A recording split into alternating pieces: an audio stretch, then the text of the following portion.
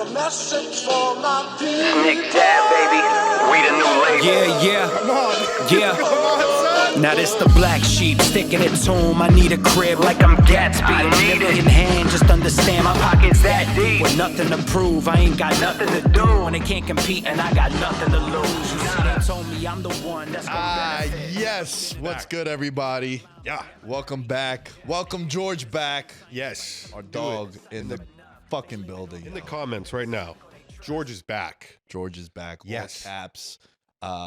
Shout out to the promo code for the merch store, George.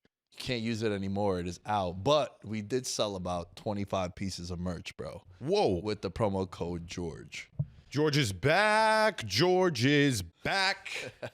Let's go, man. Yes. A couple of things. Good to have you back on. Shout out to everyone listening to the show. All things Veterans Minimum are at Veterans Minimum. Shout out to Mama Carmona. It's her birthday. Yes. It was a big week for birthdays. George wasn't on the show on Monday because it was, I've coined her the president of the 22 percenters, Carmen. Cameron. Oh, he I fumbled. fucked it up. He fumbled the I fucked bag. it up, You and want I'm to? not- I mean, you're gonna edit this in post. Do you want I'm to? not. I'm going to leave it in there. The president? I fucked up. The president. Yeah. Bro, get her a shirt that says president of the 22% Yeah. club and then put Carmen. Yeah. Like, Well, I hope she feels Yeah. better about the fumble because, speaking of shirts, I gave her a shirt. yes. As a You already birthday made gift. up for it. So I made up for it. Yes. The merchandise.veteransminimum.com. You can get yourself your own merch. And if I butcher your name, we'll still get you some merch. Oh We'll my figure it out. God. But I'm fired up. I was telling you when you pulled up to the studio, I was like, bro, it feels like a Monday because Yes. especially when you fall into that routine and you see people often, and you're like, see George this Monday or it's Wednesday. But having not seen you on Monday, I was like, damn, it kind of has like a Monday show vibe to it. It does. How you doing? How was the weekend? How are the birthdays? The floor is yours. Tell us, because people were like, where the fuck is George at? Well, it started off, Nick, like the worst way possible. So I'll go ahead and explain. So I'm wearing an Idaho beanie. How dare you? Colton, I know, Nick. Trust me. I'm already looking at it. I'm like futzing around with it in the fucking camera in front. I knew this exact thing was going to happen to me. But I am wearing the Idaho beanie because UNLV lost to Boise State. Colton, who's a listener, who sent us meat before. Yes. Pause. Hey. He went to the Boise State game. You know, he's very pro Idaho, and UNLV lost, bro. And they played a very, very competitive game till the end. They just couldn't score, which was terrible. Ashton Genty, this is my only little promo for you. Ashton Genty over Travis Hunter, 1,000%. He is not going to amount to much in the NFL. I'm predicting this now. But hell of a college career. Not everybody could play running back in the NFL, but Travis Hunter is going to be a fucking gold jacket Hall of Famer. Let him have that, okay? He doesn't, the Heisman, if it happens, if it doesn't happen, who cares? Ashton Genty should be the Heisman this year. And there's my losing part of the bet, Nick. I had to do that. So that was Friday night. Saturday night, we celebrated Cameron's birthday, watched a little bit of UFC, got hammered a little too fast. I literally didn't eat all day like a retard. Yeah. And I after the first shot, you're just like, whoa, like GTA. You know when you do it in GTA? Oh, you get hammered? Yeah. Yo, dude, It was bad. the best in Grand Theft Auto was when you would have sex with the prostitutes you would pick up. Yes. And then you would look in the car and they're both just like still standing there straight up. Yeah, bro. At least in GTA 5, it got a little bit, I don't know. Yeah, the car was like moving In a little. GTA 5, the car would move. In GTA 6, my God. You got virtual reality for that? Because Bro, that's that's just gonna about be to be crazy. nuts. That's going to be crazy. So that was fine. Sunday, it was a tough day. All the things that I thought were going to happen, like for sure, Alvin Kamara scoring touchdowns, for him not to see the zone once and getting 17 carries, I was like, motherfucker. But that means that this week, he's probably back on the list again. So Sunday was a little wish-wash. And then, yeah, bro, it's, I guess, what was I going to say was the biggest like takeaway? Like how bad is it going to end for Aaron Rodgers? Like with every like loss in which they're trying to like piece together some semblance of hope, just not surmounting to anything is getting kind of like very entertaining at this point. Like the decline is so bad that, you know, you're kind of like, it's like Floyd Mayweather. You're paying to see him possibly lose. That's what you're hoping for. And so that's why I'm going to keep watching the Jets. But yeah, that was my weekend. Yours? Nice, man. Nice. Yeah, my weekend was cool, bro. We had Maddie on the show on Monday. Shouts to Maddie Betts, always showing love to the program. Hung out with him a bunch, went to UFC, watched the fights. Bro, are you a fan of like the Irish exit? Just not saying anything and walking off? Yeah. I mean, it just depends on the scenario, like how close you are to those people. But if it's your first time meeting those people, that's okay. I couldn't disagree with you more. I grabbed the closest person that I went with, and I'm like, yo, I'm out. In case anyone asks, like, yo, where'd Nick go? Or let's wait for Nick. Right. Nope. I'm out. Big fan of the Irish exit. Okay. I leave UFC. We go and we get food. Linked up with some of the good brothers from the gym, from Syndicate. We went and got food. Shouts to Duffy. Shouts to Lazy. Shouts to Bree. Linked up with them. Went to the fights with them. Then we went and got food. And after the food, we went to Zook. We get into Zook, VIP treatment, the whole night. And at a table, bro, I went in, and this is like 1:45. I go and I use the bathroom. I leave the bathroom. This is how I knew I was out. I leave the bathroom. The girl goes, "You're not going to wash your hands?" I'm like, "Nope." And I just fucking bounced. I didn't even wash my hands. Crusty as shit. I didn't high five anyone. I was being very sanitary in that scenario. No high fives, no hugs. Yeah. I was like, yo, I'm out of here. I'm not saying, I didn't even say bye to anyone. I shot a text out like 10 minutes later. I'm like, yo, I'm leaving. Thank you for tonight. It was awesome. By the way, big fan. I'm pro Irish exit. I like that you send the text like 10 minutes later just to let them know that like you've moved on. That's like the common thing to do these days. Yeah. But the thing you got to do is just leave them in suspense. That's the thing that I'm loving the most about this, because it's like, why is Nick leaving? Did Nick see somebody? What is Nick getting into? Yeah. And then they're thinking about you when you're not even there. It's kind of like the ultimate like way to mind games. Like if you're, it's bro. If you're into mind games, yeah, that's how you get off. Nah, that's how you get off. Listen, bro, I like playing mind games with people. It's one of my favorite things. I like to, so like when I do jujitsu, and I go with someone that's like a higher belt than me, and I submit them, I'll tell them shit like, or if they have a competition coming up, and like I work them, I'll be like, damn, bro, you want to be a champion? And then I'll just walk off because I know they're going to be thinking about that shit like the rest of the night. So, yeah, I like playing mind games, bro. I like mentally often. I like destroying people. I do. I'm very petty, bro. Yeah. I'm very petty. You know, I used to talk to some girl back in the winter time last year, around this time last year. And, you know, I kind of fall in love easy. Often on Instagram, like I'll see a girl, man, bro, I love her. Like I'm fantasizing about the future of my life with her, and then it just nothing ever happens anyway. But like I'll fall in love real easy. But with this one girl, we kept going out often, like bunch of dates, hanging out, introduced her to friends, the whole nine. And then I told her about Hakimi. Remember the Hakimi-isms? Put everything in your mom's name. I was like, yeah, I'm gonna put everything in my mom's name, bro. I swear to God, she stopped talking to me. Well, she's smart. She's smart, but also like I appreciate it because she kind of was like, yo, maybe we get married one day and things don't work out. I want to be able to be entitled to something.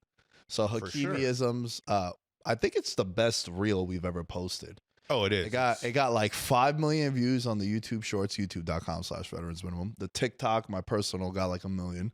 It's going nuts. The Instagram also was going crazy. But I say all that because I recently caught up with her and I was texting her. Mhm. And she's like, yeah, I'm all lonely and single. I was like, damn, yo, the hex I put on you worked. She's like, what? I was like, anytime a girl stops talking to me, You're a fool. anytime a girl, anytime a girl stops talking to me, bro, I'll be like, yo, listen, good luck. I wish you the best, but I also hope you end up 40 and alone. Wow. It's my go-to, Bro, fucking. So I know Hey she's Siri, play Heartless by Kanye West. Play Heartless by The Weeknd is the real one that we got to do. But yeah, that's a little bit of what my weekend was like. I wish Kamara would have scored a touchdown because I had Tyreek Hill. I had Tracy. Jefferson finally scores a touchdown. I know. Fucking since week 3, he hadn't scored a touchdown, and I bet him every week to score a touchdown. I saw it in the Discord, yeah. And I was like, dude, even when you hit, you're still a loser. Because I'm down.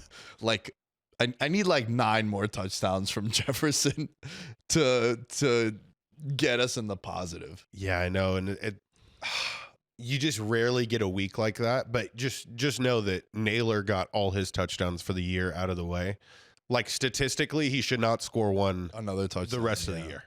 So that means that JJ should double up on a couple of these. But who knows? Little ladder action. I am just in love with it. And Nick, I told you, like, what is going to happen at the end of the show is the NFL's version of like Christmas for us with some of these odds and matchups. So that's all I'm going to say about what we got coming towards the end. But yeah, Jefferson finally scoring. The Vikings are Are they as legit as we think? Is it a team you don't want to face in January? I don't know, bro. I feel like they're a sleeper too for a team that is as good as they are. What are they? 11-2? Yeah. Right? They're 11-2 if I remember correctly. You are correct. And it just seems like it's Philly, it's the Lions. I've been on Green Bay, and then you just always look at the standings and you're like, holy shit, 11-2. Look, man, I think they're in a really interesting situation just moving forward also. Because, Sam Darnold is 27 years old. He's wow. Yeah, Sam Darnold That's crazy. Yeah, 27 years old. He'll be 28 in June. He's been in the NFL since 2018. He was a part of that iconic draft class with Lamar, Josh Allen, Josh Rosen, Baker Mayfield. Which, looking at it now, 4 of the 5 are crushing it. Right? Mm-hmm. We know about the 2. The 2 obvious ones was right away, Lamar and Josh Allen. Within 2 years, you're like, all right, these guys are going to be a problem. Yep. Like a good problem. And then Josh Rosen was out the league after 2 years, which, by the way, was my favorite quarterback of the bunch. Yeah, I remember. Rosen, UCLA. Rosen, yeah. And then you have Baker and Darnold. They ended up bouncing around, going to all these different teams. But here's the thing. Sam Darnold is 27 years old. He'll be 28. He's on a 1-year deal. What do you do if you're Minnesota? Because let's not forget, bro, they surpassed their win total by a shitload. They've doubled their win total. Mm-hmm.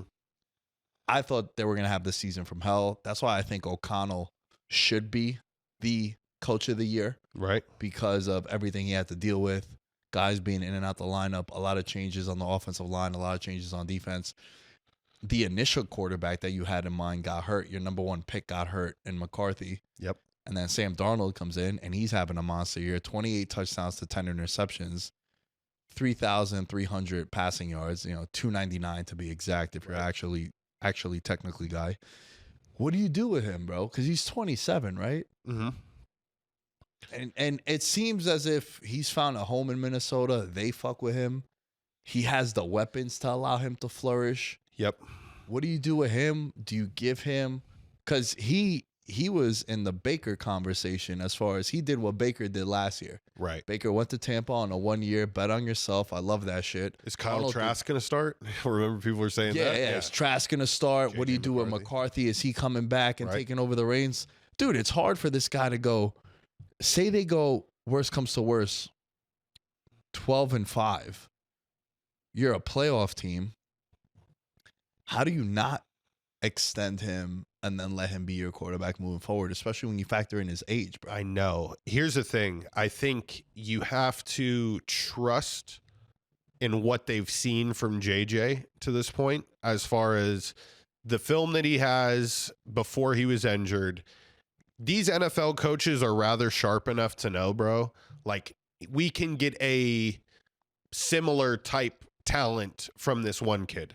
And then you got to play the money game. Why did the Vikings do what they did? Obviously, they were in need of a quarterback, but you try to follow the replica of getting a rookie quarterback that can produce you wins, which a lot in the NFL have this season. Can you imagine if he was a part of the mix? Now you're looking at, this is one of the hottest NFL rookie draft classes that you've ever seen. Even with some of the mediocre one, like, you could toss Drake May in there and it's like, hey, it's just wins and losses aren't a quarterback stat, like we always say. What do? You pray to God. You either win the Super Bowl or you don't win a playoff game. Because if you don't win a playoff game, then that job, little fight in the offseason is still going to happen. Will it be McCarthy? I don't know. We got to give him a chance. He hasn't won a playoff game. He got us there. We doubled our win total. But was that our defense? Now, if you win a playoff game, it's Sam Darnold's. You got to pay him. So I don't know. Maybe I'm completely wrong, and what they're going to do is, as soon as the season ends, Sam, here you go.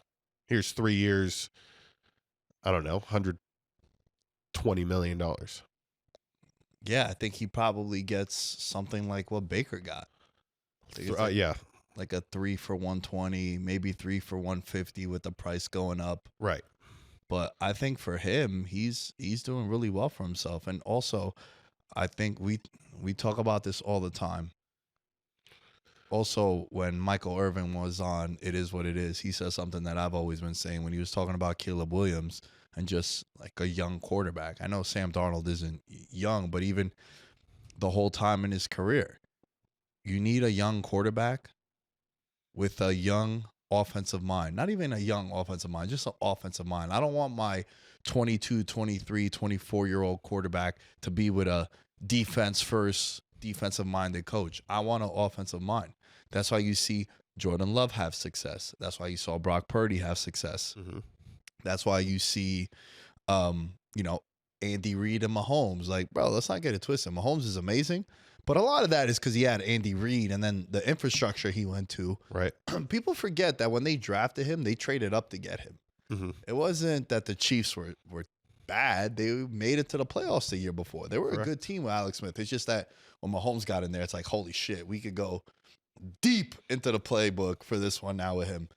So I want even like, bro, Josh Allen had Dable there for a little bit. Offensive-minded offensive coordinator. I know McDermott is a defensive guy, but I'm saying like you need to have like a guy on offense on your staff, and like Chicago don't have one with Caleb Williams. That's why he's struggling. And I bring this all back to Darnold because he got O'Connell, he got Jefferson, Addison, Naylor, who is a touchdown machine now, just got Hawkinson back, has Aaron Jones, excuse me. And you're looking at it like, yo, bro, he can put up 28 touchdowns and 10 interceptions because he has the talent. He's not on the Jets. He's not on the Panthers. So I think you have to. I think you have to, because what happens if since we haven't seen McCarthy? Yeah. What happens if we're like, yo, we'll go with McCarthy. We spent the first round pick on him, and then he flops. I know. I get what you're saying. I'm just saying. So to circle off my point, he will get paid no matter what, because to have a comparable backup in the NFL is to be successful. Sure. They're going to do that. I'm saying there will be either a conversation that there will be a quarterback battle in the offseason if they don't win a playoff game, even if they pay him, because we haven't seen McCarthy yet. If they win the Super Bowl, it's no question Sam Darnold, or even win one playoff game, no question Sam Darnold next year, no matter what. But yeah, I don't think they can't let him slide. Nick Mullins or Brett Rippon? Are we winning any games with that? With any random torn ACLs before the start of next season? And you know what the problem is? No, you're definitely not. But you know what else the problem is? Like, you're looking at some of the teams that are going to need a quarterback next year. The Titans, the Giants, the Raiders, right? The Rams, if Stafford, you got to find a backup plan at some point, or like at least playing. The Jets, he don't go back to the Jets, but I'm saying, like, these are the teams. But my whole thing is, why? I don't know if I would want to pay him if I'm one of the other teams. Like, if I'm Minnesota, I want to keep him because I know what I could do with him there. Correct. It's not a situation where if I'm the Giants and I give him 3 for $150. Yeah. It's like, bro, I don't know if it's going to work with neighbors and with if Daboll's even there. Correct. But it's a different situation and circumstance. Yeah. So if I'm Minnesota, I would pay to keep him and bring him back. But I don't know if I would pay if I'm another team because it's just not they don't got the best receiver in the league. For sure. And then now the way Addison's been playing this year, a top 5 duo in the league. And then you have, if you look at trios with tight ends, a top 5 trios in the league. So it's cool to be like, damn, bro, he would be a dope Raider or he'd be a dope on the Giants or the Titans. But it's like, bro, the circumstance is nowhere near the same. That's why it works with Minnesota. Right. Yeah, I mean, I think they're in a great spot. You got to keep him. And I'm looking at his stats here. He'll close off with 4,000 yards passing, which is very impressive. He's right now at 28 touchdowns, 10 interceptions. So, yeah, maybe I'm tripping, but they got J.J. McCarthy in the first round for exactly why I listed off earlier. I think you'd be a fool not to entertain the fact that that could be your guy next year. Because with those weapons, I mean, anything's possible. And where's their salary cap looking? Like, are they a team that is going to be having the luxury of being able to pay him extra, or are they going to have to nickel and dime his ass? Yeah. So, very interesting. All this Vikings talk. I feel like we haven't talked about them all year. And now we just spent 11 minutes on them. But they're 11-2, so it's actually kind of perfect. Yeah, There's two of us, and we talked for 11 minutes. Yeah, no, that was poetic right there. That definitely was. And you know what? They deserve it too, because I do feel as if, I don't know if I'm buying into them. I still like Green Bay. I could be a sucker. Mm-hmm. I could be biased to my preseason expectations, and they're still there. But I'm factoring in that it is in division, like, the one cool thing about Minnesota is it was a nail biter the first time they played the Lions. I believe they still have to play them one more time to end the year. I think they play one another. Correct. And when you play a team for the third time, that's another reason why I like Green Bay to play the Lions. Minnesota's not going to be afraid to go into Detroit. They're like, bro, we do this every year. Let's like, how loud can you be? Right. We've been here. Yep. So no problem. So Minnesota, though, they're so interesting, man, because, dude, 10 days ago, before the Lions and Packers game, I would have picked the Eagles and the Packers as the only 2 teams that I could see winning the NFC. Maybe I'm a hater for the Lions. Still some about them. I think eventually the defense is going to run its course with all these injuries. And then you got Minnesota, who, like, no one talks about, bro. Yeah. And they're 2 wins better than Green Bay. Yep. It's interesting, bro. It is. And maybe this is a sign to everybody out there. Since we haven't been talking about the Vikings, maybe we got to just do that game has its own screen, I don't know if you're a multiple screen person, but like this is one that gets the audio this week. We're taking notes on the Vikings. Pretenders or contenders? Yeah, and let us know what you guys think about Minnesota. Because we expressed how we feel about them. They're definitely going to be on the thumbnail this week. Oh, yeah. For this episode. Yes. Since they got dedicated that. I mentioned in passing the Eagles. Mm-hmm. Is it trouble in paradise for Philly with A.J. Brown's calling out of the offense? It is not the best look for an offense that is producing and winning games. I had to go back and really dissect the body language. And he By was the way, George Carmona, big body language guy. He was disgusted. He had that receiver look that only a receiver could look that way, bro. And only a receiver and a shooting guard after getting like a minute restriction or just not getting the ball past him. Just this like, bro, these motherfuckers don't understand how special I am. And it's like, I appreciate that you have that in you, but you cannot be doing this publicly to the media. You've been in the NFL too long, AJ Brown, to be allowing this fucking nonsense. 2 weeks ago, Nick, after the Eagles beat the Rams, he goes 6 receptions, 107 yards, and a touchdown. Tony Dungy asked him, what flipped the switch for you guys this season? And he said with a smile on his face, like he always should when you're on public television, we started running the ball more. You know, it's like, obviously, we see that. He has a big game, though, so he's saying it with a smile on his face. And it's very evident that the Eagles are doing better when they run the ball. But you cannot allow this little chink in the armor, this woe is me bullshit. AJ Brown, you're better than that. And I'm sure a lot of people in the locker room have told you the same thing. Like, bro, we're trying to do something special here. It's not time for you to be, look at me, be a me guy. Your thoughts on this?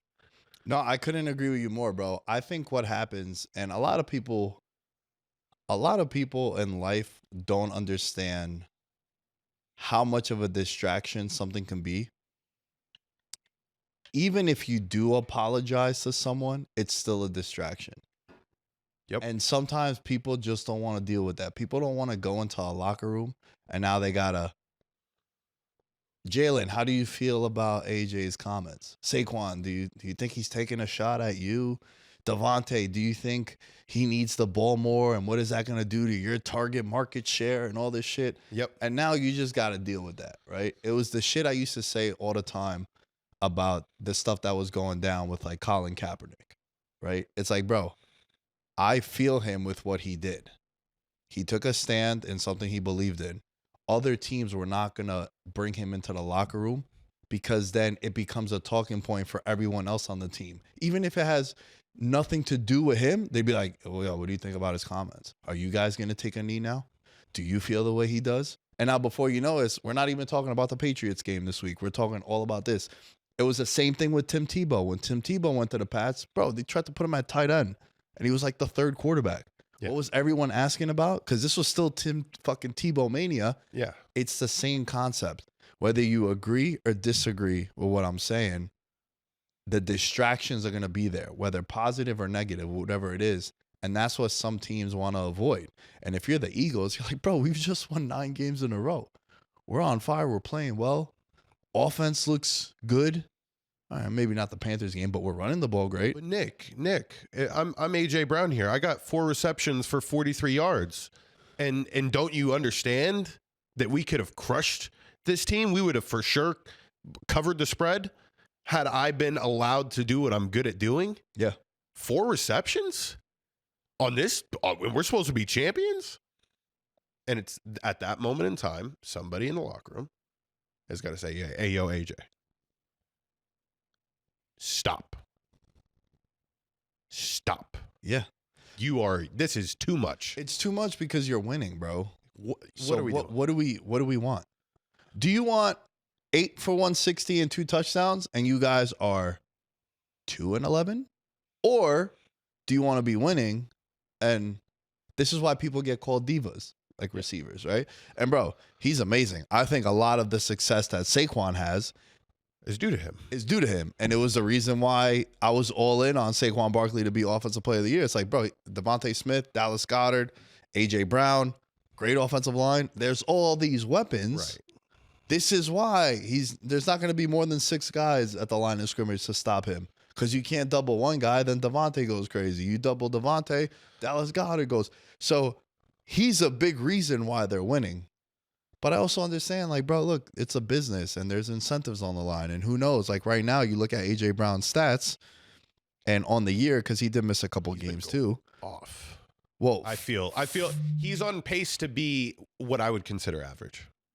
Yeah, but also like he missed a couple games though, so it's like not fair to really judge it. Yeah, how many games like did he miss? 4.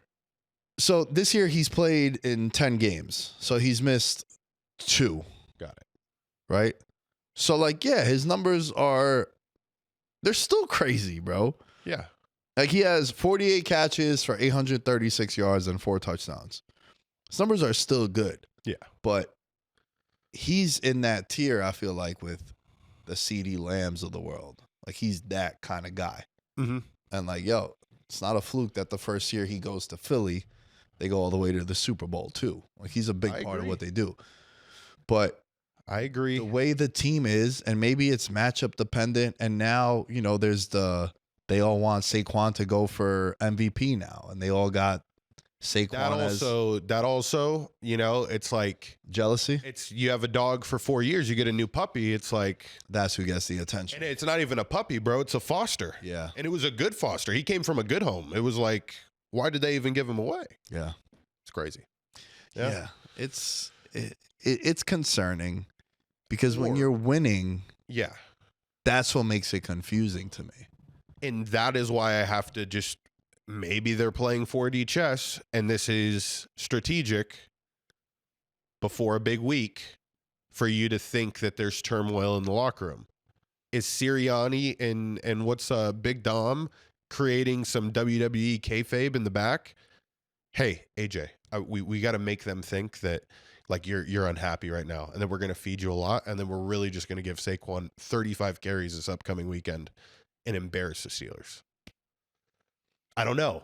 Do you think they're that smart? I don't think they're that smart. I mean, bro, do you know, where did my mind go as you were saying this? Some WWE promo? I mean, I love the wrestling reference. Yes. Always. AJ Brown to score a touchdown plus 150.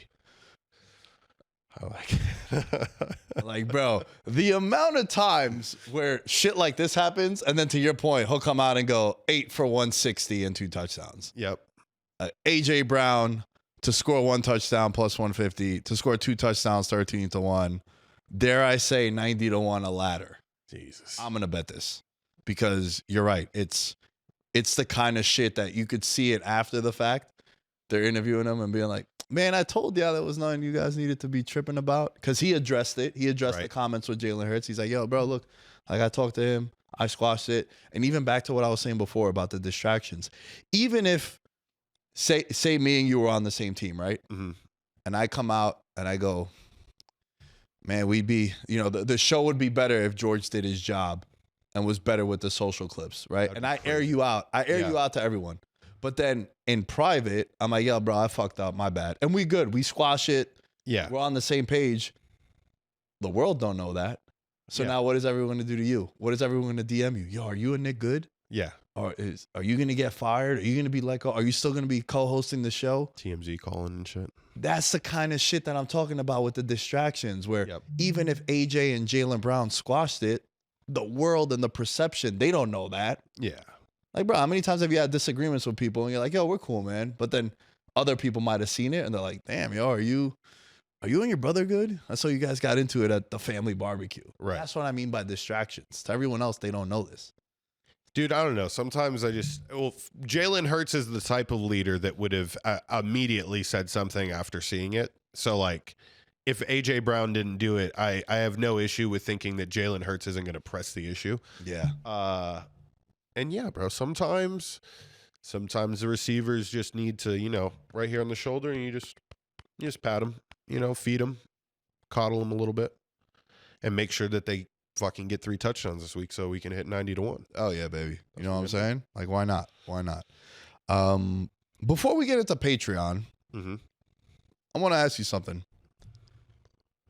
How many fantasy football leagues are you in? This year, just 1, thank God. How many did you make the playoffs? No, I didn't. Was your team good? Hot start. I had Josh Allen and Saquon Barkley. And then for a while there, I had Taysom Hill also going crazy and David Montgomery. So like I had a powerhouse as far as like my skills positions went. But I lose touch with it, man. I just don't like the ESPN app. I like Sleeper a lot more. So if you're using a fantasy football app, I would definitely check out Sleeper. Like, it is a lot more user friendly. The interaction just feels like 21st century. The ESPN one to me is just like, I don't know. I've seen it my whole life. So I kind of, just based on the way an app looked, I stopped. Is that crazy? No, I feel you, bro. Because I like using Yahoo. Oh, okay. I think Yahoo is my favorite one. I mean, when I played in the big money league with my buddies back home, I would always put ESPN would be the one that we had.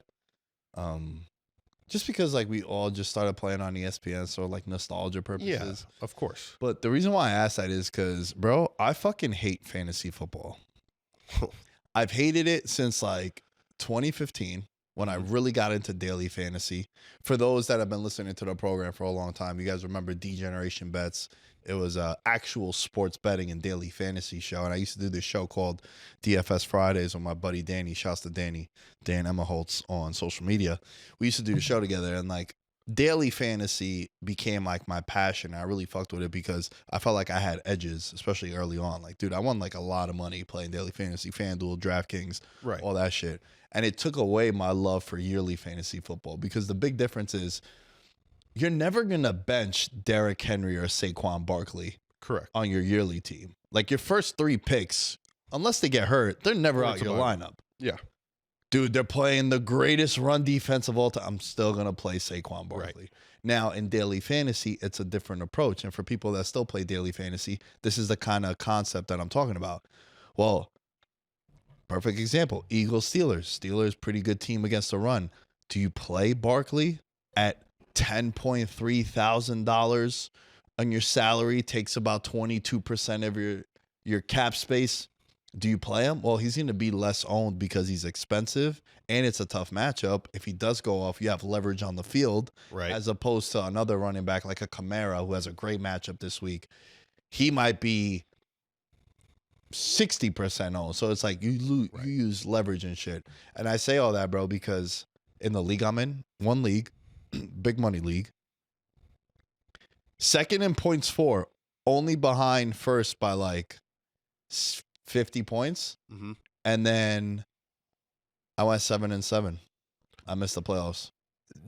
How many teams make the playoffs? 6. 7-7. Second in points for, only behind like 30 or 40 points. I had Saquon Barkley. I had DK Metcalf. Damn, bro. I had Neighbors, Josh Allen.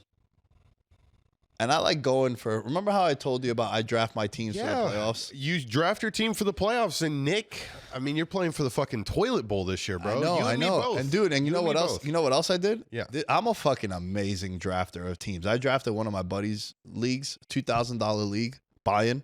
Right. I drafted it. They went 12-2. First in points for. He got Derrick Henry, Saquon Barkley, his first 2 picks. Mm-hmm. Then he got Jonathan Taylor. Oh my God. Took DK Metcalf and Malik Neighbors. So like he was crushing it. Yeah. Right. Like he finished first regular season, the whole 9. Right.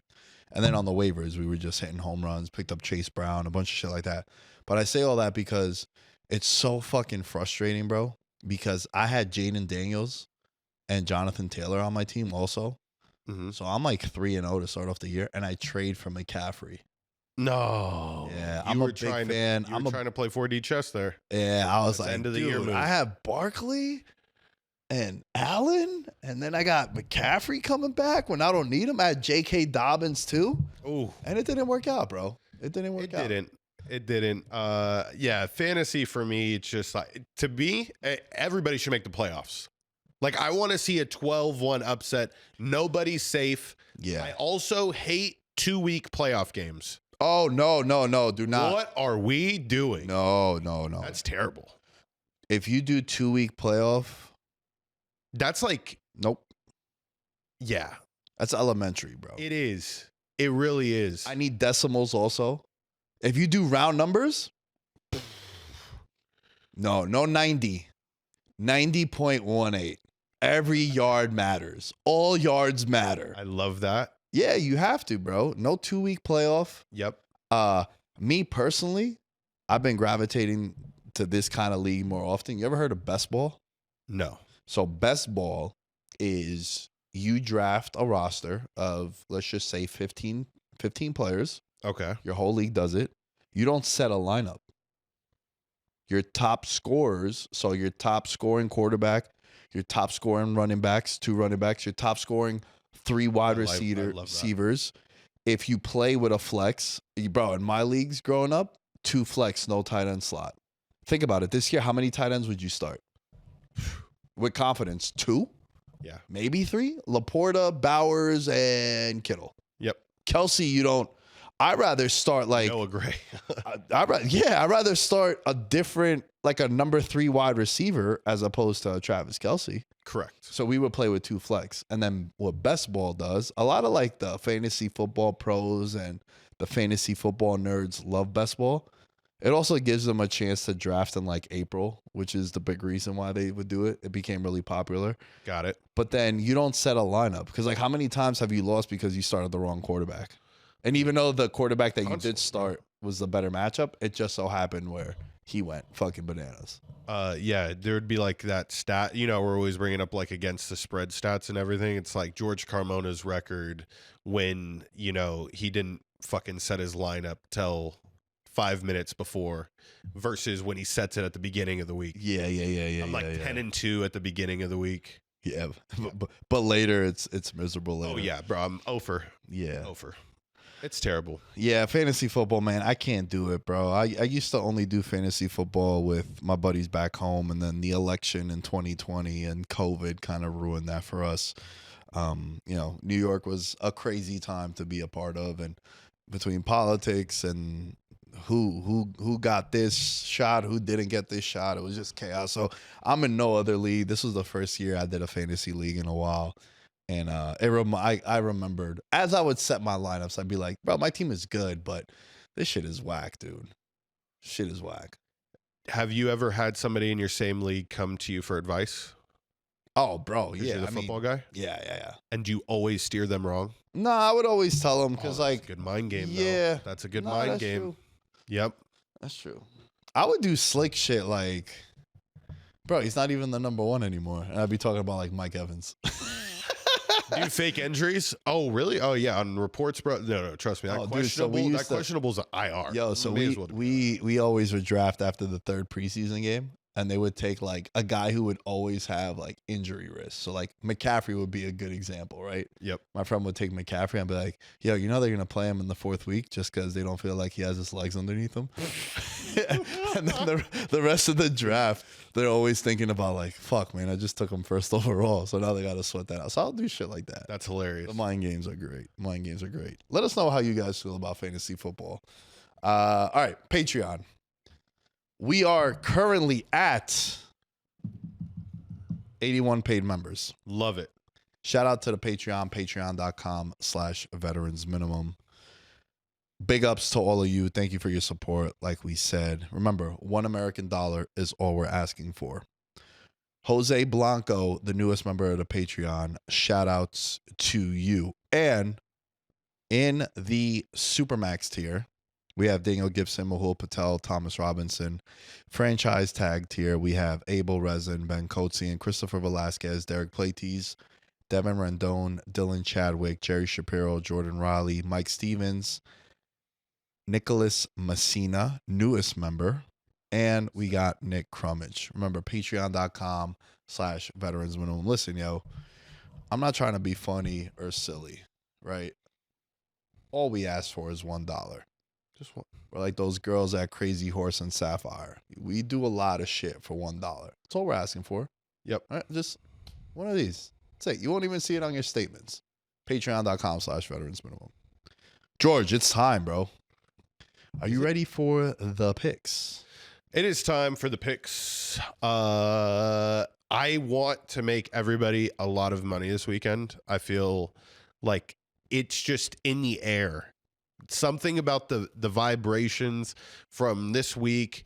I think it's like giving a lot of other people gifts, right? So Cameron's gifts Monday, my mom's gifts today. Everybody that listens to the show is about to get a major gift.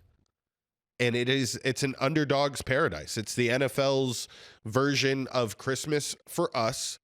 Underdogs that aren't like shit underdogs, like legitimate playoff contender underdogs that if you are to make certain moves, we're talking 5-6 to 1, could be a really good weekend for us. Do you want to start? I like this, man. I like this. I do want to give a little bit of an update. Becky is 5-10 on the year. No bueno. In this economy, 8-7-1. We had our first push. We had the Dolphins and the Bucks at -6. Ursulita 5-9. Trust me, bro. Trust me. Chargers Hit 11-3 on the year. That is crazy. Yeah, 11-3. I'm very proud of that. Dom, you didn't clip it, you fuck. I love you, Dom. Well, come on, bro. We're 11-3, dude. What are we doing? 11-3. Oh, And then the toxic one is 7-5. We said to stay away from that Bills and Rams game. So yeah, that's the updated records for me. George, do you happen to have your records? yes, I do. Yeah. So my toxic one was the Saints this past week, Saints and Giants, and the Saints end up losing by the hook. So that one's up to 5-8. Ursulita's 3-7.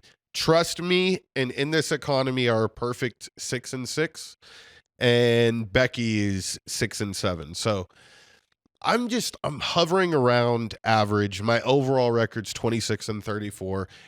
Can I get over 500 before the year ends? It's no question.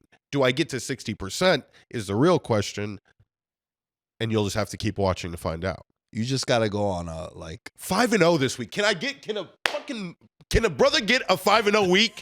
God damn it. I want it. Yes. Shit. Let's do it, bro. Let's do it. I would like for you to start. Give us whichever one you want to give out first. The floor is yours. What you looking at? Okay, well, I said it earlier in the show, so I'm just going to go with in this economy. You can get Alvin Kamara, who is now added to that crazy carry total that I had mentioned last week, which I believe it was 139. Add an extra 22 more touches onto that without a touchdown. They are playing the Commanders this week. They're at home. Derek Carr smashed his face. That's what I should have brought up for. Derek Carr smashed his face in. Probably is not going to be playing because he fractured his hand, being unathletic. And so that means a whole lot of the run game with no Taysom Hill because he's on the IR. So Alvin Kamara, 2+ touchdowns at 6 to 1. The latter, I saw it 33 to 1. Now that looks mighty appealing to me. 33 to 1 for 3 touchdowns. Like I said in last week's show, he likes to embarrass teams from the NFC East. Cowboys at the beginning of the season this year, at the end of the season last year, and he's got another one in his pocket. I could just feel it, bro. So Alvin Kamara in this economy, yes, I'm betting the latter again. I don't give a fuck. That's my first pick. Okay. In this economy, I'm gonna stay with the theme of touchdowns. Okay. I also said it before. The more I think about it, I think it's coach speak. I think it's, hey, let's make it seem like we have bigger issues.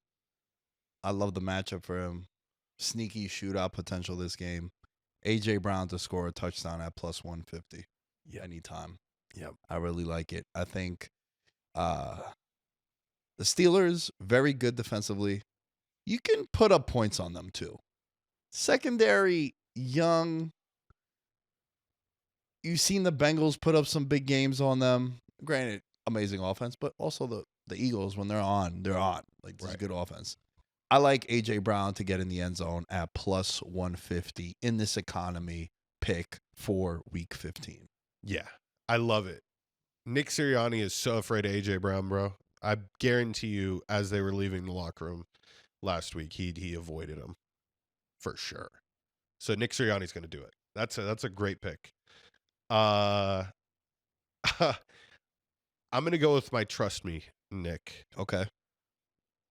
Bengals as 5-point favorites this week versus the Titans.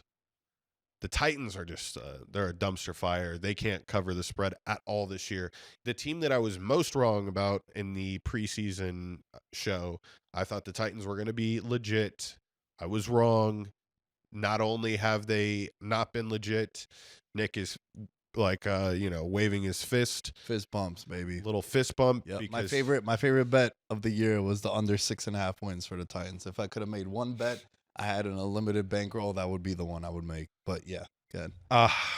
Yeah, good on you. So this week I'm gonna tail you from the beginning of the season.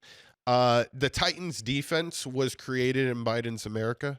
They just allow touchdowns to happen. They allow really whatever the other team wants to do to happen. It's been a rough year for the End Zone Boys. Do you watch their content? No. The End Zone Boys, they go to the Titans games and they yell at all the opposing team's players like an hour before the game. No, I've actually never heard of them. Okay. I would love to get them on the show. Let's do it. No joke. We got to reach out and see if we can get them on, because all they do every week, Nick, is they go front row an hour before the game, like when players are in their shorts and t-shirts, and they just talk mad shit. And the security is all in on it now. Like, they just let them do their thing, but like they go crazy on these players. So the End Zone Boys, it's been a rough year for them. They actually have been so bad, Nick, that the End Zone Boys went and talked trash to the Titans like 2 weeks ago. They were like, "Y'all trash." Yeah, I know. I'm not doing it good justice right now. End Zone Boys, enjoy watching all that content. But the Bengals this week, like, how do they not embarrass them? Like, what am I missing at a 5-point favorite here? Because I think that Joe Burrow and Jamar Chase are on a, I don't know, warpath to getting as many touchdowns before the season ends as humanly possible. Like, there's nobody else that exists on that team.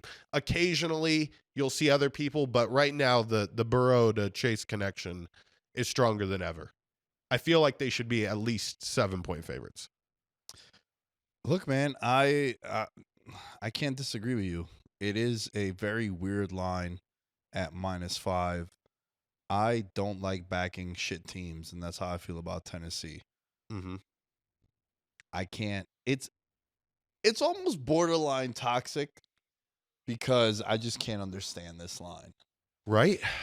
Because I feel you. I think what I think happens with Cincinnati is I think they win out, and then they're gonna hate themselves for missing the playoffs because you got to do a lot of scoreboard watching. You have to win out and pray.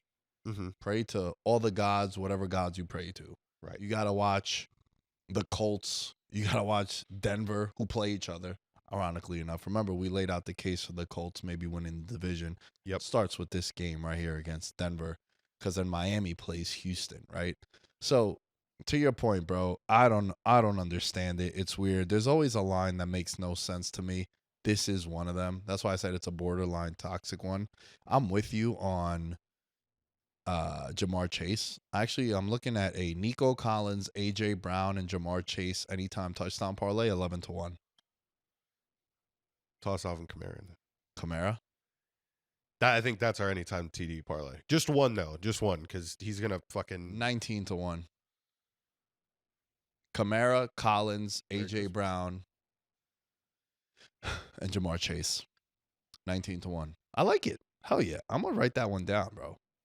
We got to hit one of these before we go, bro. I know. We got to hit one of these before we go. I feel like we'll hit one in the playoffs.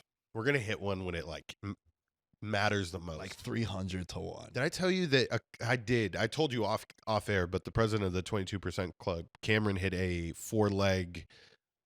She predicted all the touchdowns, and I think it was some Lions game.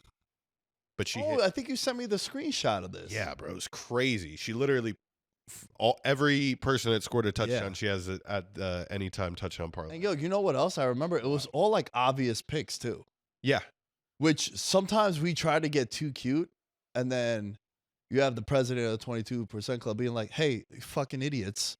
It's right here. Maybe the guys that score mad touchdowns are just going to continue to score mad touchdowns. So stop with the fucking Tim Patricks and these backup tight ends. Like, no, it's Laporta, it's St. Brown, it's the 2 running backs, and that's who ended up scoring. So funny. Because, dude, it happens all the time. Like, bro, you know how many times I bet first touchdown and I'm like, I gotta throw fucking Bro, I'm The a sucker for the backup. fullback. I'm a sucker for the fullback. I don't know why. I'm like, it's a play action rollout. It's your least favorite play on the goal line, right? Like, I'm just like, it's it's the first quarter. Yeah. And they're just unloading the bag of tricks on the fullback rollout. Spider 2Y banana. It's not gonna happen. Oh, I feel you. But like, bro, perfect example. Monday Night Football, Bengals and Cowboys. I'm like, damn, bro, is it gonna be Osava? Osava, how do you say his name? Yoshivash. Yoshivash. Is it gonna be Yoshivash 25-1? Is it gonna be Brandon Cooks 30-1? No, it's gonna be CD fucking Lamb, bro. Wide open. Wide open. Just like, For like 8 yards wide open. it was too. nuts. So yeah, like sometimes we try to overthink this shit, and then it's an obvious play every time. So I actually labeled this clip the mad obvious TD rant, which always happens too. Yep. Okay, I gave out in this economy. That's the only one that I've given so far. Yep. I'm gonna go with Ursulita, Okay. bro.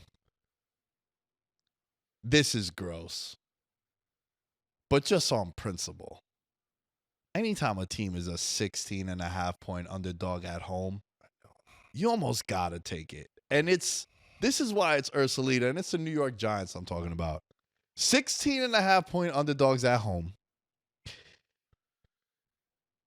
Harbaugh, amazing off 10 days rest. He's 19-12-2 against the spread. They're 25-8 straight up. Harbaugh is 22-8-2 against the spread in road or neutral games. 6-1 against the spread with Lamar Jackson. They're coming off a bye. The only team to beat him in the NFC ever in his career prior to this year were the Giants. Matt Random beat the Ravens and Lamar. But, bro, that's a lot of points, dude. Yeah. If this game was in Baltimore, would you bet Baltimore as a 23.5-point favorite? Hell no, You dude. wouldn't, right? Baltimore is not. Baltimore is, dude. I don't know. Slippery field away from being the Chiefs. Like you guys are a pretender, in my opinion. So I'm with you. Do you know what? 16 is nuts. Yeah. Do you know what I think happens with Baltimore this year in the playoffs? I think you're gonna love this take. Okay, you could give me your take. I already know it's gonna happen. Okay, no. Yeah. I'm gonna defend Lamar Jackson. I think Lamar Jackson in the playoffs is gonna go bananas.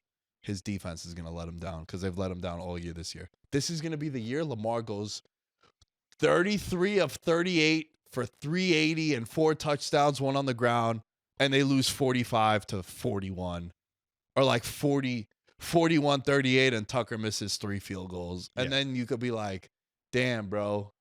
The narrative is going to be, holy shit, he finally shows up in the playoffs and his team let him down. I think it's poetic, and I think that's exactly what's going to happen with Lamar.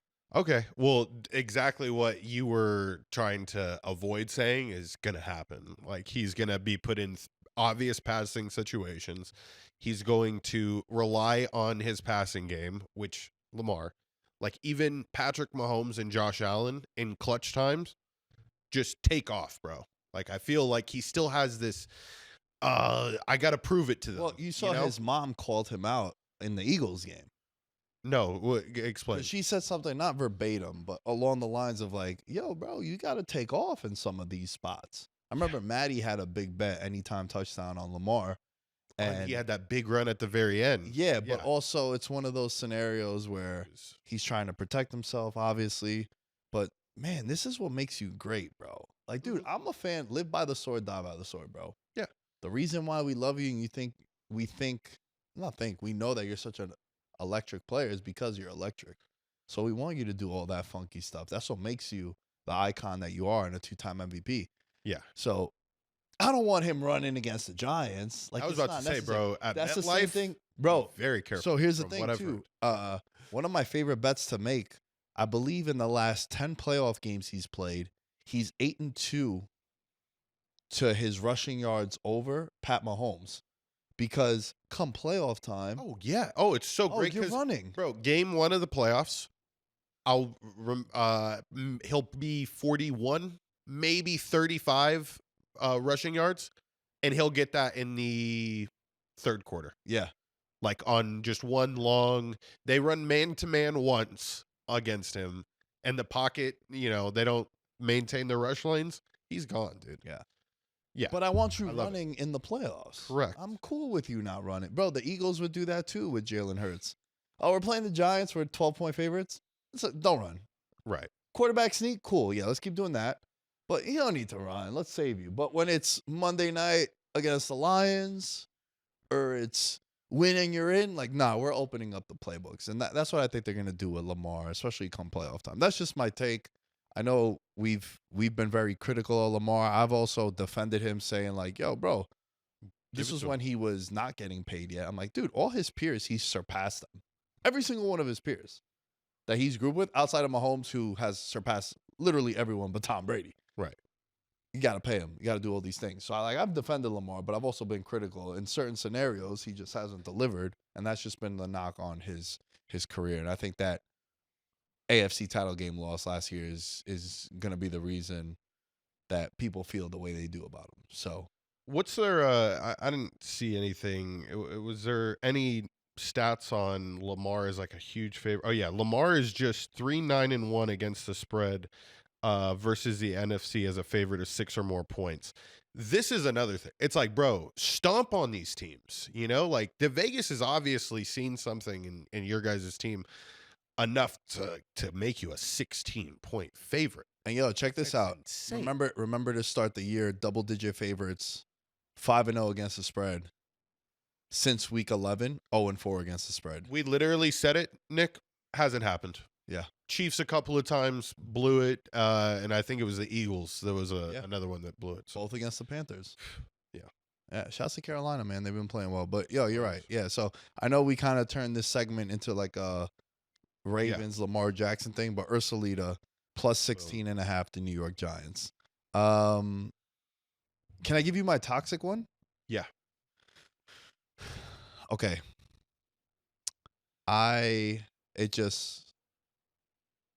This screams free money, and I'm very scared. Oh. Browns plus 5 at home against the Chiefs. Borderline Ursulita. Yep. Jameis Winston one game, Hall of Fame. Next game, XFL.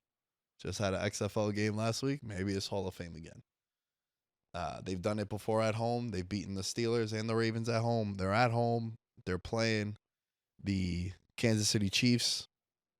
The Chiefs are now 10-0 in one-score games this year, tying the record set by the Minnesota Vikings in 2022.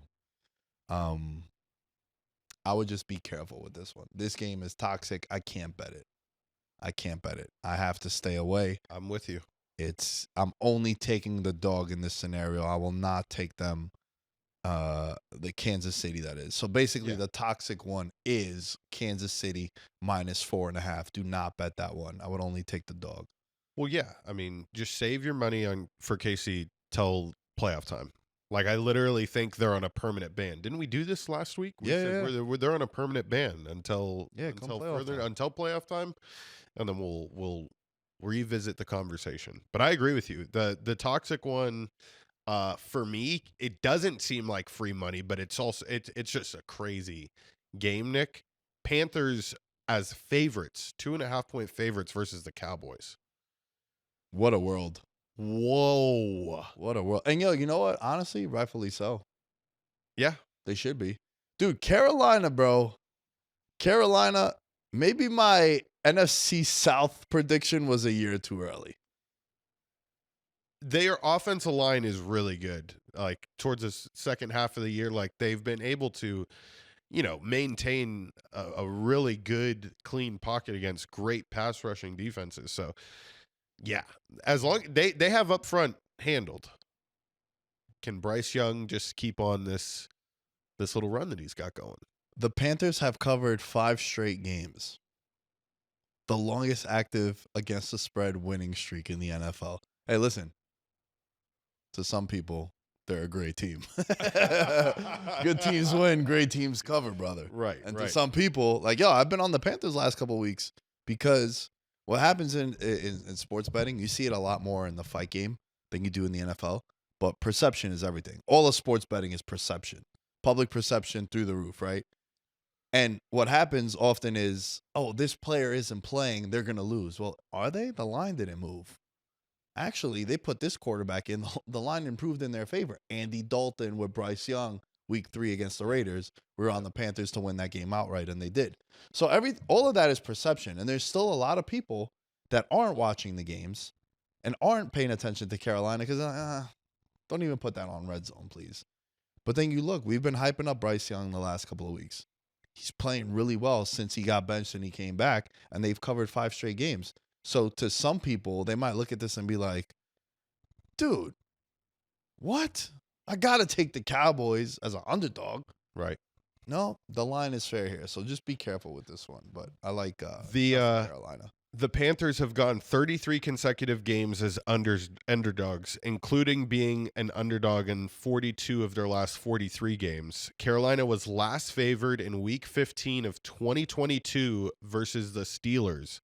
They've lost 9 straight games against the spread as a favorite, while every other NFL team has had at least 3 covers as a favorite since October 1st of 2021. The last time that they were favored by 3 points or more was in November of 2021. Jeez. This is very unfamiliar territory for Carolina. They're not going to know what to do with themselves. It's a rough spot for a first-year coach to be in, where, all right, hey, everybody is, Nick's trying to work his way back into thinking that the Carolina Panthers will be good next year. They might be, but you're getting yourself back in that mindset. Does Dave Canales absolutely blow it and let Cooper Rush go crazy? I don't know. That's my toxic one. Stay away. Can I interrupt the show to ask you a question? Yes. I know we're doing our picks here, but I feel like the conversation has been happening as of late. Staying with the theme of the Panthers. I feel like this guy went from overrated to now he's overly disrespected. Do you think Cam Newton's a Hall of Famer? Ooh.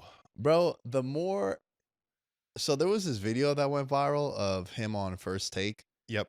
And someone said, y'all must have forgot Super Cam. Yeah, it was Stephen A. Stephen A, yeah. By the way, friend of the podcast. That's pretty fucking cool to say. Yeah, absolutely. Bro, at the time, there was not a 3-time winner of the NFC South, and he did that. Won it 3 consecutive years. The one year that he had where they went to the Super Bowl, bro, they were 15-1, 35 touchdowns to 10 interceptions. And I'm not even talking about what he did on the ground, too. Mm-hmm. But, like, Ted Ginn Jr., Philly Brown, Greg Olsen. Greg Olsen was his best target. Oh, yeah, on, like, his last legs before he went into commentary. Facts. Borderline non-existing run game. Mike Tolbert was like the guy, right? Talk about Jonathan Stewart, fullback love. I believe it was maybe D'Angelo Williams. I got to look at the Panthers roster.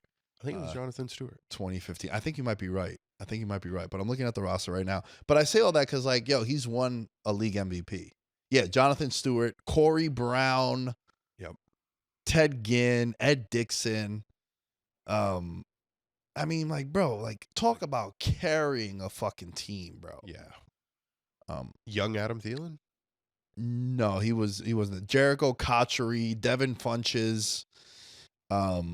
These are guys that caught passes from him, bro. And yeah, dude, like, I just think that people forgot how good this guy was. And now he's transitioning into his post-playing career, which he has a couple podcasts and he's on TV too. And I think he's pretty dope, man. I think what he does really well that I really enjoy is he had a video where he talked about don't buy a $10 million house where you play at. Buy the $10 million house where you envision yourself living in the off season. Mm-hmm.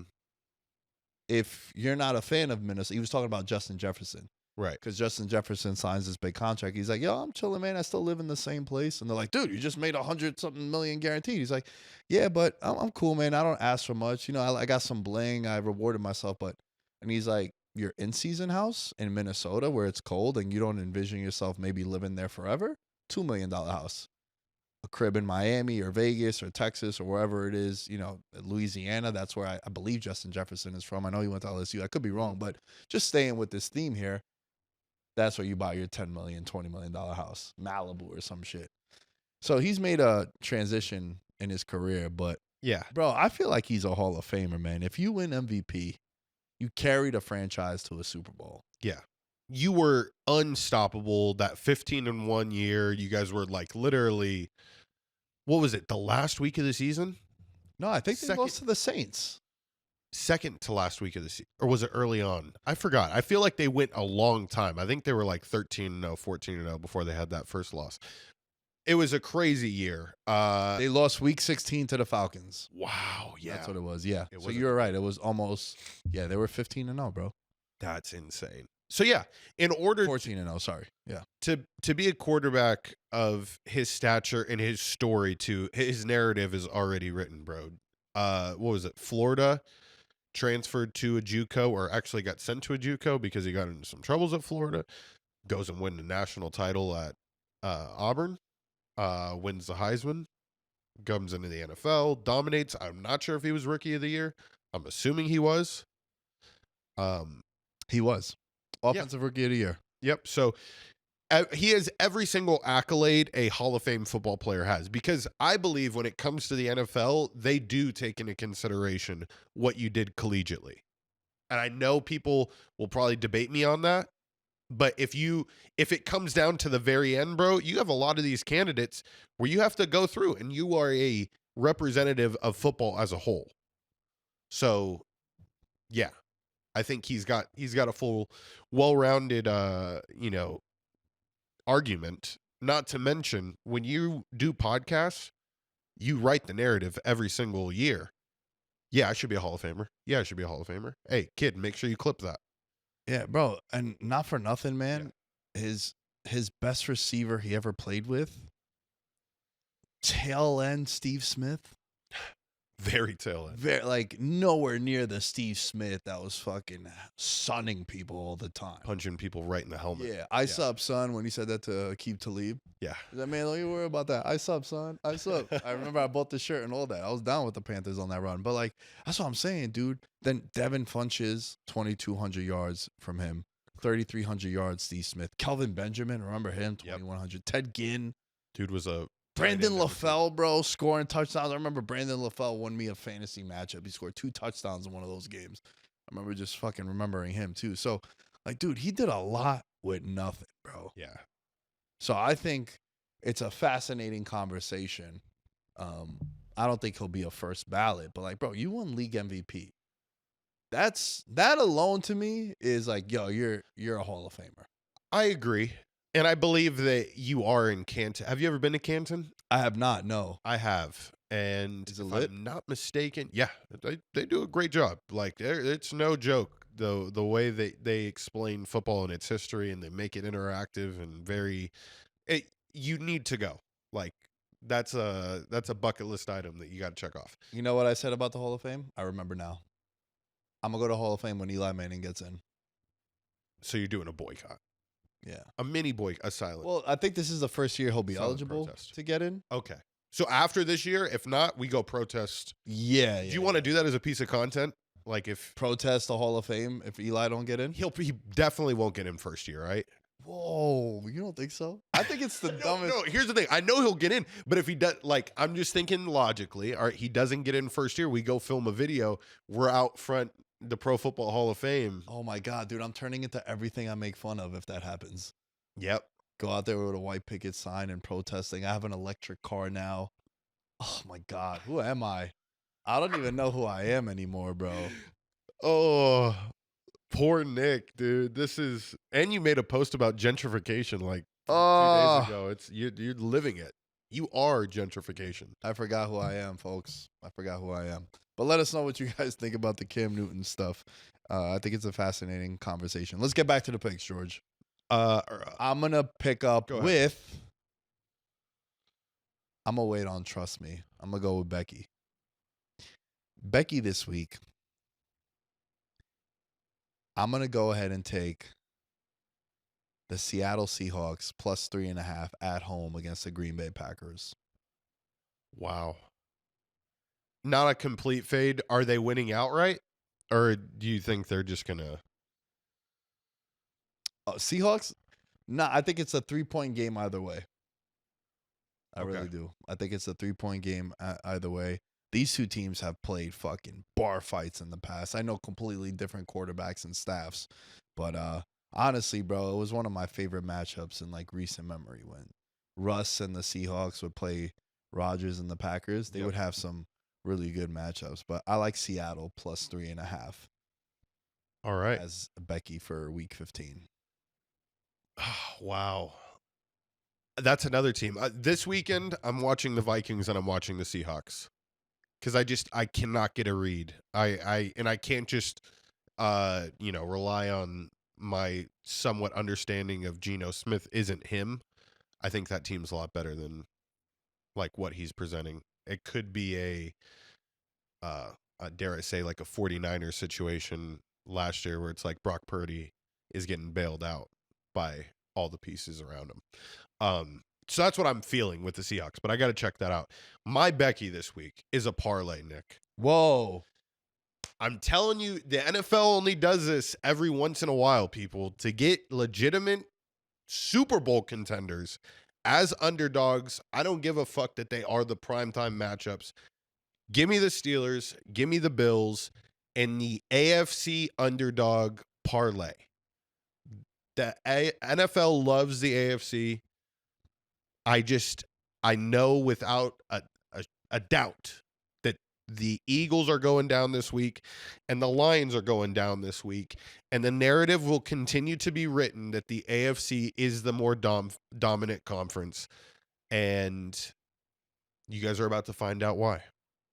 I think that these games are going to be very entertaining, but you put the money line on both of those, you're getting 5-1, 6-1 in some spots. So that's why I'm saying very rarely do you have a chance to get that type of profit and on teams that are playing against really good teams, but it doesn't matter. No, this is fascinating because there's a couple of things that I like in both matchups, right? Mike Tomlin as an underdog, just borderline automatic, right? In his career, he is 64, 35, and 4, 65% as an underdog against the spread. And in the last 8 straight seasons, as an underdog, he has finished above 500 against the spread. This is Mike Tomlin. Mm-hmm. This year, 5-0 straight up and against the spread are the Pittsburgh Steelers. One thing to play devil's advocate, horrible matchup historically when the Steelers go into Philly. They've failed to cover, 9 straight games on the road against Philly. I know we were texting about that today. So I would take the points, the plus 5.5 there. I think that's a big number. Again, Pittsburgh, man, I'm starting to trust them more and more. And this would be a game, bro. Like, they win this game, dude. Oh, you're looking at like half their Super Bowl odds are cut in half. And now you're like, holy shit, they went into Philly. They stopped this winning streak. Now we trust them even more. Yep. I do like Buffalo in this spot. Historically, I would always take a good team like Buffalo after a loss. However, I think they can't stop anyone on defense. And that's what I think is going to hold them back from potentially winning a Super Bowl. I'm worried about their defense. So I agree with you with Pittsburgh. I think you could take them on the money line, and I like them with the points. Buffalo in the past, I'd be like, bro, good team that lost the week before. Got to take them next week. I don't care where they play. I'm a little hesitant. Yep. And also, I don't get why the Lions are 2.5-point favorites. Do you feel like they should be 3, 4? I think they should be. Because weren't the Rams? Rams were 4-point dogs, right? 4-point dogs, Yeah. And now the Lions at home against Buffalo. I just think you know what is an interesting conversation. You know what this could be awfully reminiscent on, and I hope I'm wrong. Shout out to Mark on Instagram. He DM'd me and he said Jared Goff is 15-1 to win MVP. Fuck, is this a game? Is this the game where he goes out there, throws for 4 touchdowns? Yeah, Josh Allen has a stinker coming off a monster game. for sure. I usually like fading dudes off mods. Like, never has a player. Anytime I hear that, under's the next game. Right? It's always going to take. I'll never forget, bro. I don't bet the NBA often, but when Booker and Donovan Mitchell scored like 70 points a couple years ago, next game, unders both hit because they're total inflated by like 6 points. They're like, bro, you had a all-time game. You're never having this game again. Right. I'm going to take the under. Josh Allen, first player to ever throw 3 touchdowns, no interceptions, and score 3 on the ground. I'm very worried. And he's minus 500 to win MVP. I just think that's an interesting case that Mark is bringing up. We've said this in the past, bro. We said this last year. We should take this. We should throw money on this as a hedge. Remember at the beginning of the year, and I'll say this: when Sportsbook didn't let me put in Jared Goff at 8-1, I think it was 5 weeks ago. Could have even been more than that, dude. It was like at the very beginning of the season. I wanted to put him at 8-1 to win the MVP. Couldn't do it then. The odds definitely have gotten up to a juicy number. I like 15-1. Bro, this is literally this is the week. This is deja vu, bro. This is deja vu. Last year was week 16 Monday Night Football. Instead, it's week 15. You have the heavy favorite in Josh Allen in a head-to-head going up against the Lions and Jared Goff, who he's honestly the only one that I think could be. I don't think they give it to Lamar again, especially with all the other quarterbacks having way better records, even though he's having a better year statistically than he did last year. I think we do it, man. I think I'm gonna do it. I'm gonna throw $100 on him to win the MVP, only because I have the future on Josh Allen at plus 900 to win MVP as a hedge. Yeah, you're good on both sides there. Why not? Why not? You know why not? Because the narrative. This is why, Nick. It's just it can't write itself when Sonic and Knuckles are the main attraction on that offense. That's going to be the reason why they can't give him that award. Come on now, just before you spend 100. Yeah, over 20 touchdowns combined for those two. I know, and it's only going to continue. Like, dude, imagine in fantasy you could draft a positional unit. Wouldn't they be the number 1 pick? Of course, yeah. My running back one is the Lions backfield. They get both of those guys. Bro, that's the greatest pick of all time, dude. God damn. Greatest pick of all time. Let us know what we should do, yo. Hit us up. Oh, I know, because I do. Let us know. Yeah. You are correct as far as the case that we laid out last year. I'm just saying, all right, let's get serious. Let's talk narrative. I don't think it's there. Also, you know what else to tie into that? Yeah. To support you? We gotta make the cons list, Nick. We got to make the cons. I can't give you MVP if you've thrown 5 interceptions in the game. That point. What he said. Come on, bro. Let's not get crazy. Look, you're having a monster year, but I can't look at your box score 5 years from now and be like, holy shit, this guy won MVP. He threw 5 picks in the game. I can't do that. That's a great point, I can't do Nick. that. So I feel as if, you know what? Now I talk myself out of it. And if I lose, if he dies, he dies, right? If the ticket dies, it dies. I'm not going to do it now because I just can't. I can't think of them giving him. Right. To your point, right? They have a plethora of weapons. They have the backfield, which is like the bread and butter of the team. Yep. And bro, you threw 5 picks in a game. Yeah. That's a red flag. That's a no-no. I can No, live I love with it. 3 picks. He's done good things this year. I mean, I think for sure. 15. I think his number should have stayed at 7, 8 For sure. this whole time. We would not be feeling this way if it was 8-1. I don't feel. No, this We is would not have this freaked is a out. numbers Yeah. play. Yeah, this is a numbers. It is play. a numbers play. Yes, yeah, 100%. Yes, Okay. 100%. So yeah, it's going to be a fun weekend of football, dude. Because if both of those hit and Alvin Kamara goes off like I'm expecting, it'll be such a good way to go into Christmas. A little Christmas gift to myself. Ursulita for me this week. Okay.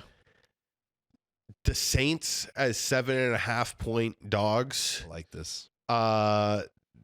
The last time the Saints closed above a 7.5 point favorite or underdog at home in the Superdome was back in 1999 when Jake Delhomme started for New Orleans against Troy Aikman, Emmitt Smith, and the Cowboys, closing at 9 point underdogs, and the Saints ended up winning outright. Very few teams in the NFL have the built-in home field advantage. The Saints, I think, are the most iconic. The Vikings will say that they try to match it there with their dome energy. The Lions will say the same thing. I really have seen it my entire life. Teams that come into New Orleans, it's a dogfight. And Derek Carr not being in the equation isn't necessarily the worst thing. Even when he's in the equation, we're average. So the play that I'm looking for here is you have a coach who's willing to risk it all versus a Commanders team that if they aren't able to really get Jaden Daniels going early, this Saints defense has started to pick it up a little bit here in this back half of the season. So I like the Saints here. I like the Saints as 7.5 point dogs at home. Yeah, I mean, I'm definitely not taking the Commanders in that spot. Of course not. Yeah. Yeah. I'm with. I could get funky with this one and go like alternate line Saints, like 1/2 point favorites or 1.5 favorites. Yeah, we spoke about that in the past. If you'd like This an might be one underdog of to win, maybe you take them on the alt spread. That'd be crazy. And I'd probably get more, like more 8-1, numbers. 9-1 or something. Okay, the moment you've all been waiting for. Yes. Trust me, 11-3 on the year. The Houston Texans are 2-point favorites at home, coming off a bye against Miami. Put it in. When they're healthy, and when I mean Joe Mixon and Nico Collins, CJ Stroud is a completely different quarterback. Like I said, they're at home. I don't like how Miami looks. Miami is a bully. Miami, when they play shit teams, you look at them and like, holy shit, this is the greatest offense ever. When they play relatively better teams, they struggle. So they're a bully. They're a fraud. I like the Texans at home. They got some pieces back, like I said. You're looking at their injury report right now. Will Anderson will be playing. Jalen Petrie didn't practice. That's a little concerning because I think he might be the most underrated DB in the league.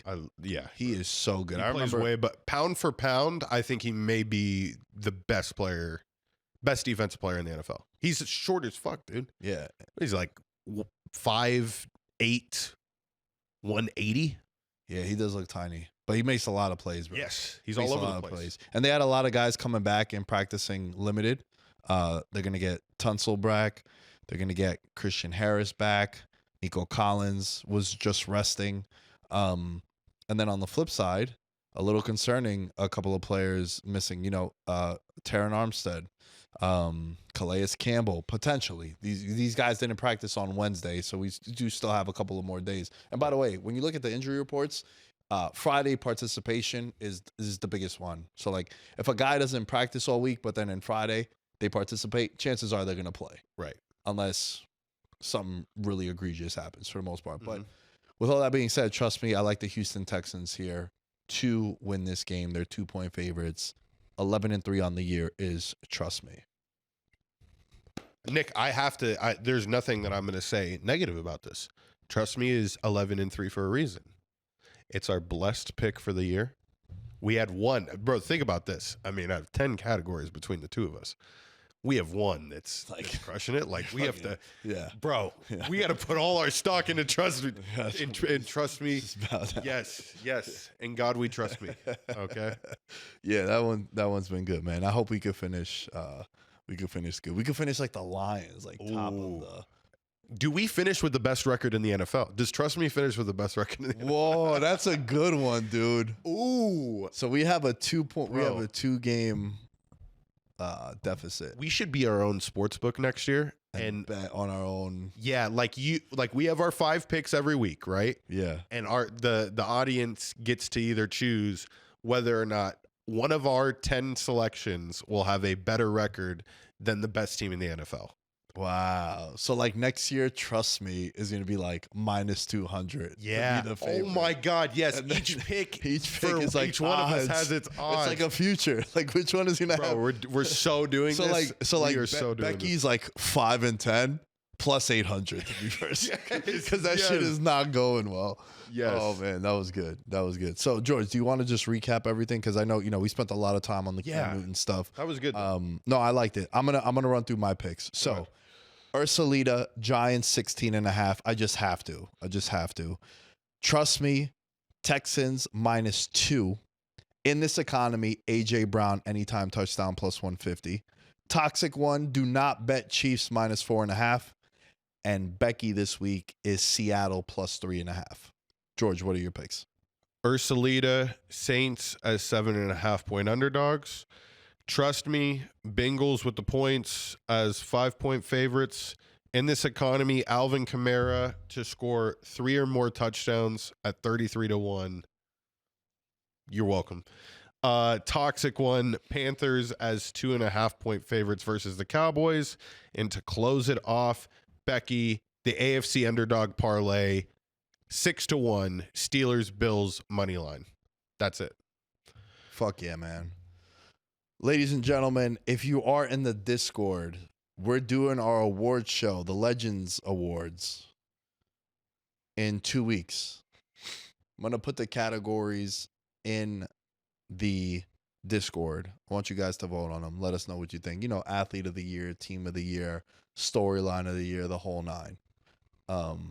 That show is going to look a lot different than normal shows. George and I have something fun planned for that. But hit us up. All things Veterans Minimum are at Veterans Minimum. Remember, rate, review, subscribe, share the content. Follow us on TikTok. Follow us on Facebook, on LinkedIn if you want to get professional. Instagram, Twitter, everywhere. Follow us everywhere. As far as I go, it's at NickDais10 on all social media outlets. George, where can they find you? At Mr. George Carmona is where you could find me. Ashton Genty for Heisman. That will be happening this upcoming Saturday. Pro Idaho podcast, Colton. Watch it on YouTube at this exact moment. All right, that's it for me, bro. We'll catch you guys next time. Peace. In his element, I'm a gold medalist, bronze like your medal is. So many deer in headlights, but it's bedtime. Hear that supper bell, main course, be the venison. Dab. Most dangerous game.